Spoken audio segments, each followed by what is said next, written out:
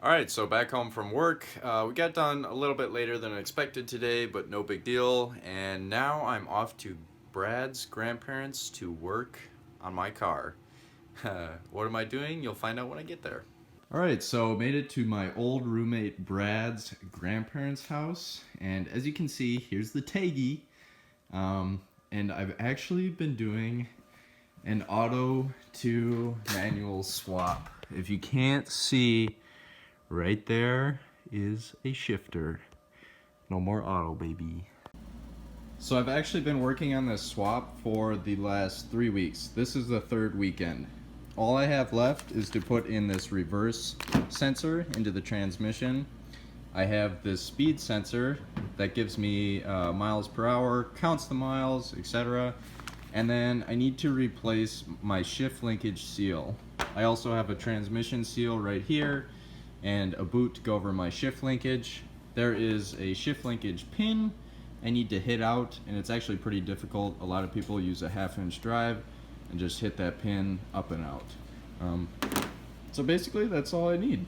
And then I got two brand new bolts right here to hold the speed sensor in.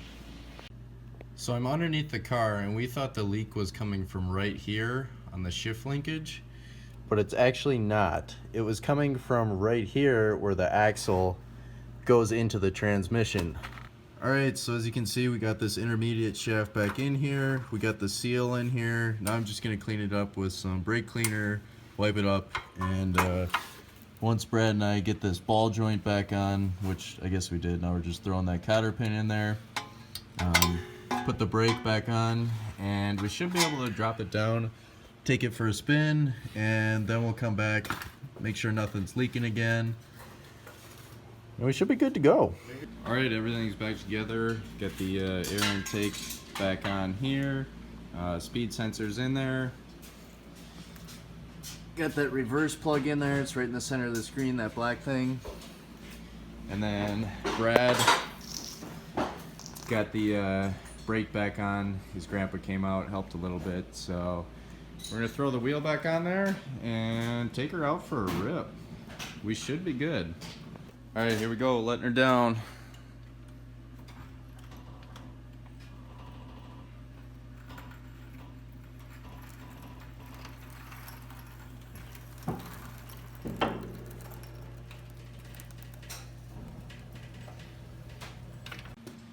Alright, hood's down.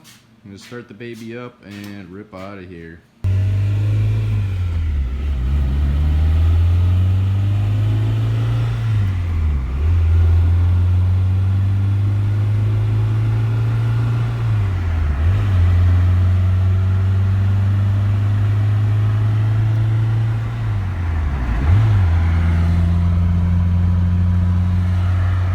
We just brought it back. We took it for a quick little spin, just down the road and back. Looks like we're not leaking anything anymore, so that's good. There was a little smoke coming into the cabin, and I believe that's from, there's tranny cooler lines way up on the radiator, and it's dripping a little bit, and I think it was blowing back on the downpipe here, right here, which is really warm.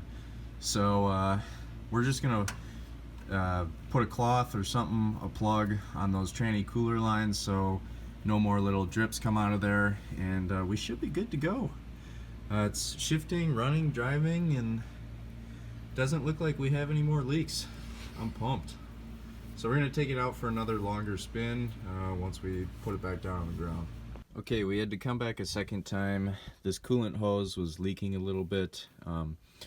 The end of the hose is a little beat up, so we pushed it in further and clamped it down a little bit further out on good hose. It should be good. We're going to top off the coolant, and then we're going to go for one last run for the night and call it a day. Alright, so we're all buttoned up and done. Unfortunately, I lost the fill plug that goes right to the end of this hose. This is what we were using to fill it up. It's somewhere down in here. We just haven't found it, and we can't really be bothered to look for it tonight. As you can see, there's coolant splashed all over. Like I said, this hose was loose. We got that fixed. But yeah, it's just a matter of finding that plug now And the Tiggy is running, driving, and ready to go home tomorrow. So that was a success, finally. It's been a long 3 weekends. Alright, we gave up looking for the plug. Cherney's itching to go in and get some food, as am I guess. It's time. Because this plug's getting really annoying. So we're going to call it a night, wake up in the morning, and kick some more butt. Okay, so Tiggy is completely done, and Brad's grandpa, like I said, was nice enough to let us stay here and work on it in these past 3 weekends. Before we eat lunch, he's going to come out quick, and we're going to fire up some of his cars. I'll take some videos. Go get the keys. We'll be right back.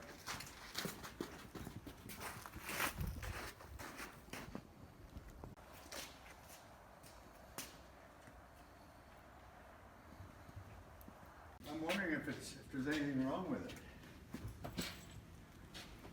Maybe it won't go.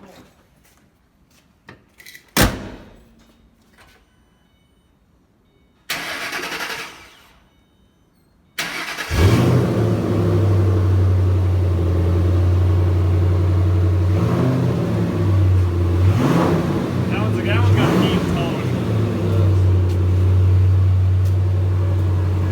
This one's now it's pretty Got low. quite a bit of nut.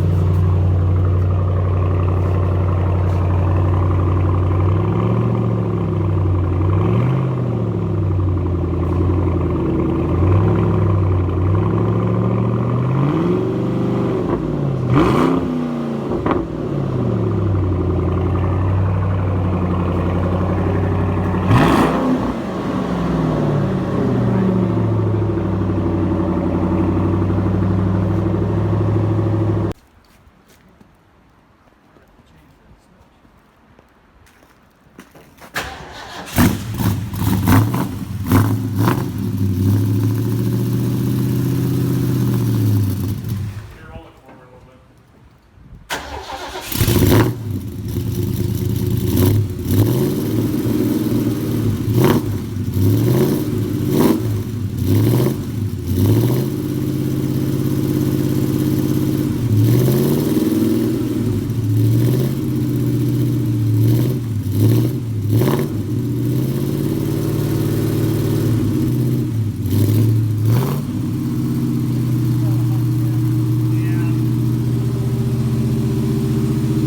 Carburetor life. Yeah, truly.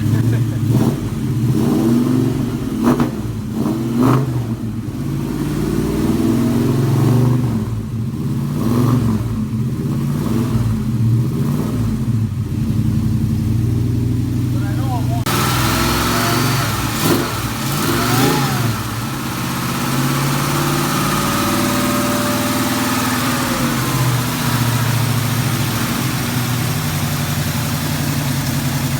Alright, here I go. I'm heading back to La Crosse solo. Brad went back to Marshfield, and hopefully I make it back. I think I will. Everything seems to be going good. So, absolutely no leaks, shifting good, nothing's loose, and temperature looks good. So I think we're ready to roll. I'm heading back.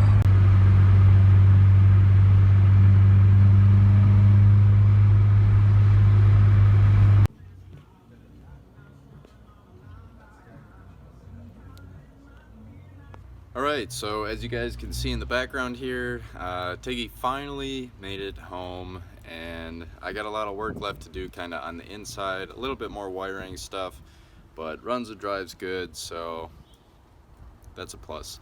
So if you guys like this video on the auto to manual swap on the Batgirl, feel free to like, subscribe, share, comment, all that good stuff, and more is coming soon. So stay tuned. Thanks for watching.